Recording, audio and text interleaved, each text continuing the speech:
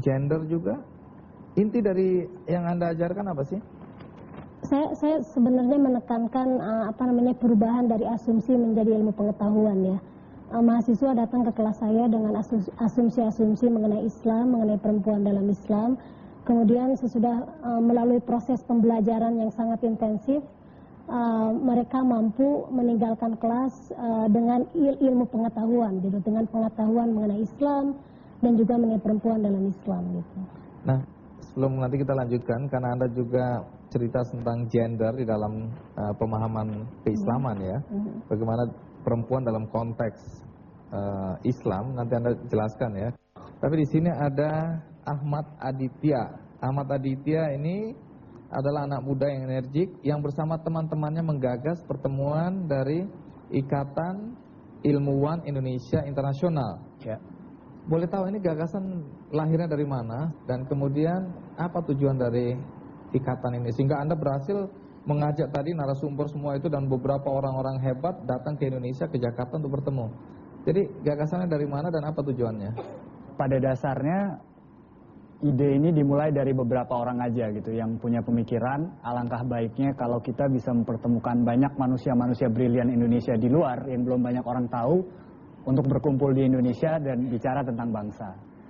Nah, tapi ide ini tidak berlangsung dengan mulus sebenarnya karena dalam proses perjalanan ini banyak sekali orang-orang yang menganggap ide ini terlalu utopis dan besar sehingga sangat mustahil untuk dilakukan. Tapi yang namanya anak muda kita nekat aja gitu.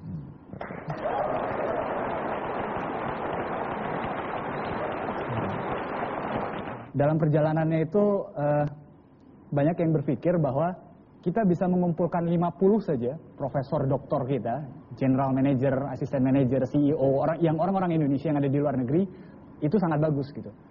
Tapi alhamdulillah berkat bantuan rekan-rekan PPI Dunia kita tidak mengumpulkan 50. Berapa? Tapi dalam 2 minggu kita mengumpulkan 400 orang-orang Indonesia yang ada di luar negeri. Artinya banyak juga ya orang-orang Indonesia yang hebat yang berada di luar negeri. Ya, Adit sendiri ada di mana posisinya? Saya kebetulan sedang ambil studi doktor di Leiden di Belanda.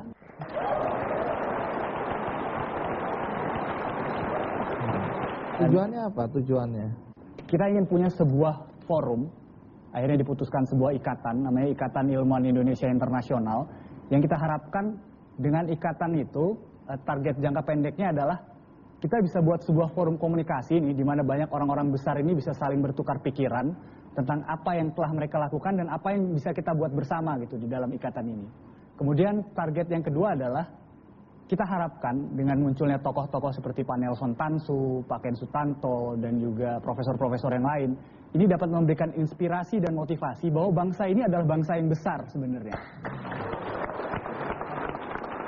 Ya, karena mereka tidak hanya memainkan peran-peran kecil yang ada di luar, tapi justru peran-peran strategis yang dibutuhkan dan dicari banyak orang.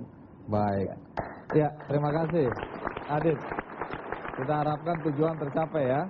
Nah, kembali ke Ibu Etin Anwar. Kalau pertanyaan mengenai pro kontra yang terjadi sekarang ini tentang klub poligami, di mana ada yang setuju, ada yang tidak setuju. Nah, kalau dalam ilmu yang Anda pelajari dan Anda ajarkan kepada mahasiswa, posisi wanita ini seperti apa dalam konteks poligami? Kalau saya ditanya gitu, bagaimana pendapat kamu tentang poligami? Poligami nggak apa-apa, asal jangan suami saya aja.